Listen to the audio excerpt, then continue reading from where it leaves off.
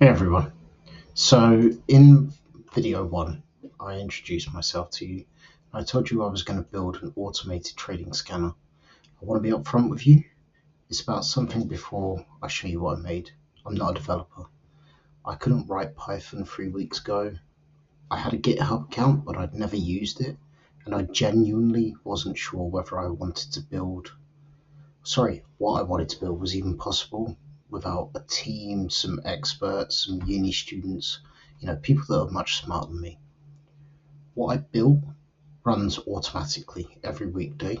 It scores over 340 different US stocks. It's got a live dashboard. The code is public on GitHub, and I'll put the link down below. And the thing that's actually interesting to me isn't whether it makes money, it's what the building has taught me about how far the gap has closed between I've got an idea and I have a thing that can work. AI has been amazing for that. So let me show you exactly how it works.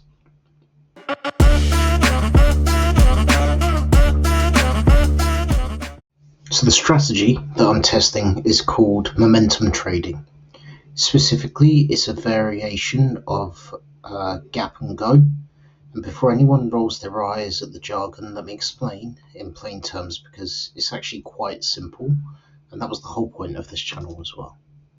Before the US stock market opens at 2:30 in the UK, you can already see stocks that are moving. If you're lucky enough to be able to see the pre-market trades, that's what I'm talking about. Some of them could be up 5, 8, 10% from where they closed the day before, and some of those are doing it on insane high volume. Don't know why, but more people than normal are trading them. They know something that we don't know. And when you've got big move, serious volume behind it, that tends to mean conviction.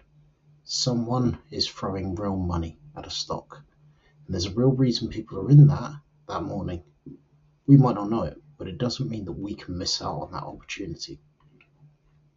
So the theory is simple.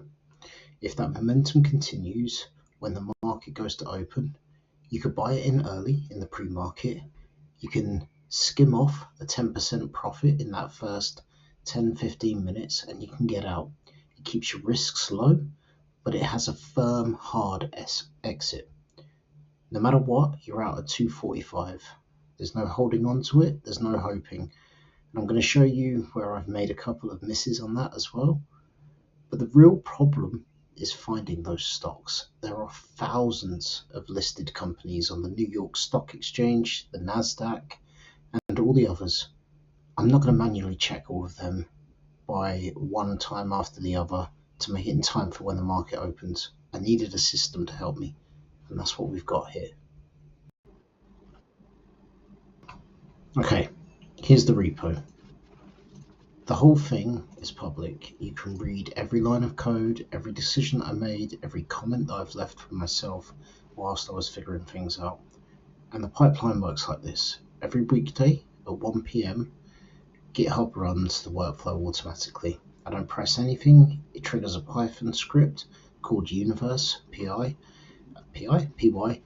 The script goes through a list of 340 tickers that I maintain. Pulls out recent prices, volume data for each one of those via a free library that I pull from yfinance. It computes a momentum score, writes the results to a CSV file.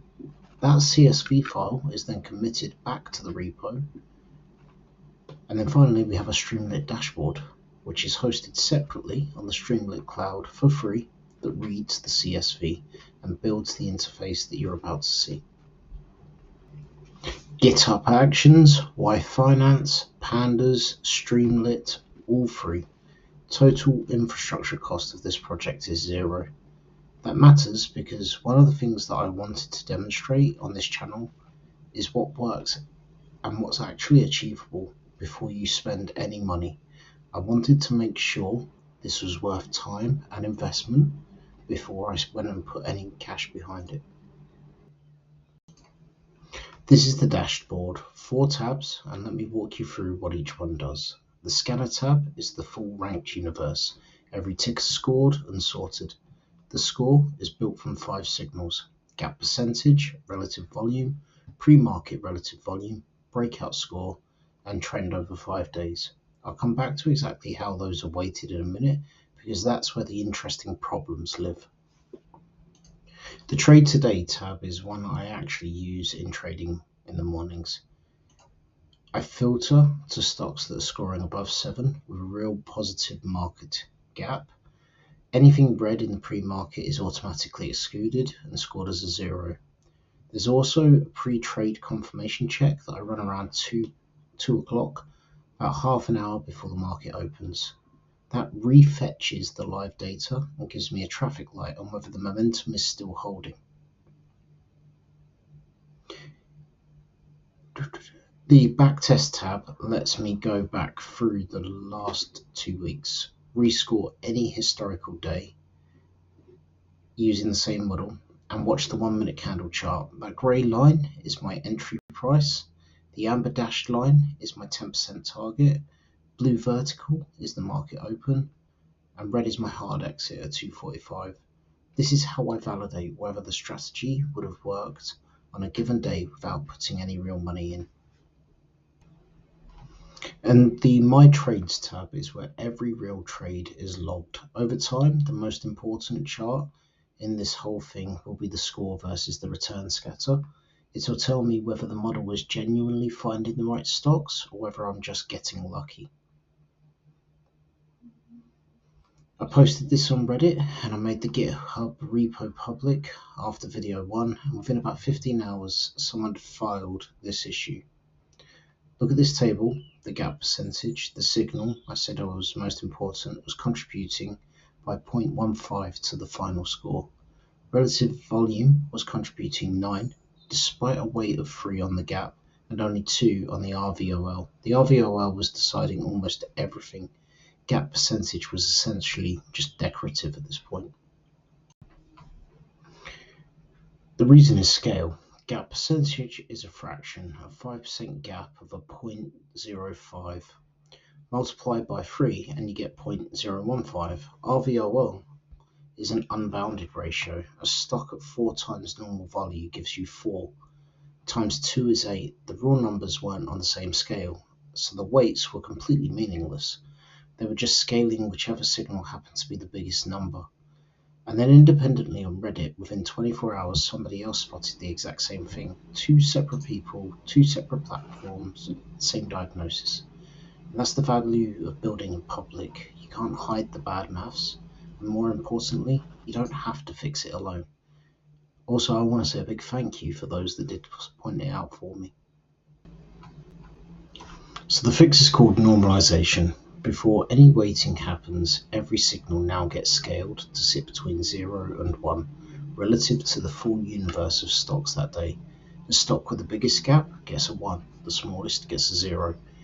Everyone else sits proportionally in between. Same process for every signal. RVOL, breakout score, volatility, trend. Now when I say gap has a weight of 3, it actually means the gap is 3 times as important as a unit weight, not 3 times the number that happens to be 100 times smaller than anything else. The weights do what I thought they were doing, or what I'd originally planned for them to be doing. We also added a new composite signal called premarket momentum, which combines normalized gap and normalized pre-market values. And I gave that the highest weight of 5 because that combination of a stock moving with volume behind it before the open is exactly what the strategy was designed to find.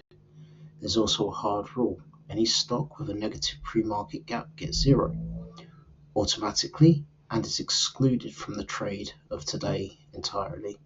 High RVOL on a stock going down is not a signal that I want. So the first real results. Here I want to say I got lucky on the first day. SPC, Virgin Galactic. This one was really, I hadn't got the formulas correct. I did it and I made the tweaks after this, but on that first day it called it out.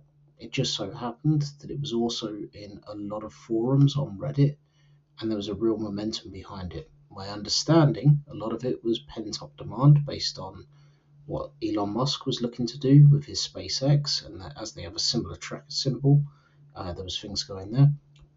But from what I could see in the data, it had a very positive opportunity, and so I jumped into it. Now, if I'm gonna be honest, I didn't get it right. What I tried to use was a automated sell in the system, and we touched it, but because it wasn't there long enough, it didn't trigger in my brokerage, and as such, the sale never happened, and we dropped down. And I set myself in this strategy a hard rule that we take whatever the price is at 15 minutes after the open, so that'd be 2:45 British summertime, and we would just accept that was there. The irony is, if I'd have held out longer, it went up and it went well through my original sell. But it could have gone either way. It could have gone down, it could have gone up. That's why we had the hard rule there to mitigate the loss. It was still a win. Second day, another one. I had a tracker, I went in with it, and the formulas weren't right.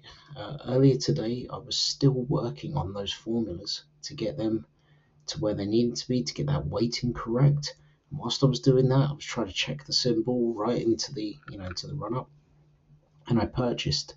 And again, it was another one. Got better, got a better percentage this time, but I didn't hit that 10% mark that's there. So I got close on all that. What I'm learning is that a scanner surfacing the right name is only part of it. Knowing what to do when you get there, reading whether that momentum is real or whether it's already on the run and you've missed it, that's a different skill. And that's the one that I'm still developing. The one thing that I want to say clearly, because it's the thing I find the most interesting about this project, is that I built something genuinely complex without being a developer. Not by pasting code I didn't understand, but by treating AI as a knowledgeable collaborator, asking questions, understanding the answers, making decisions, and being able to explain every line of what the system does. No different than what I would do in my day-to-day work, where I would turn to those who are specialists in their field and ask them and try to learn. The distinction matters because the tool you don't understand is a liability. The tool that you've built, debugged, and can explain, that's yours. You own that, and you should be proud of that work. The gap between having an idea and having a working thing has genuinely closed, and that's what I want to demonstrate on this channel. Across different domains, not just trading, but marketing, automation, AI agents, practical tools for problems that actually exist. Next video is going to be on the strategy side. I'm going to dig a little bit deeper in, so show the logic of how and why I did this, how to read the signals, what I'm actually looking at when I decide whether to trade, what a good pre-market momentum looks like versus what just looks good on paper. GitHub, the live dashboard are all in the description below. Questions? Throw them in the comments. I want to read everything. While this channel is still small enough to, who knows? There might be loads of people, there might be no one, but I want to help everyone. Hopefully, I'll see you next time. Thank you for watching today.